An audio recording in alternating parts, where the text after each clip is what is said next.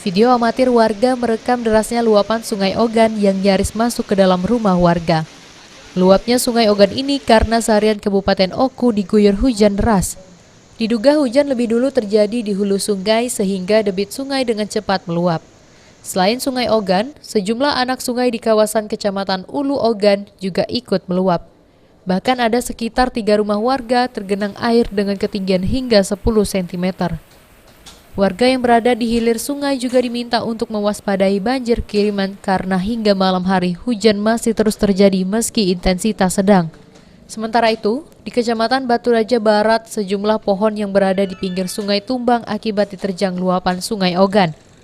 Warga yang berada di aliran Sungai Ogan juga diminta untuk mewaspadai banjir kiriman terutama daerah yang langganan banjir di Kecamatan Lubuk Batang dan Kecamatan Peninjauan.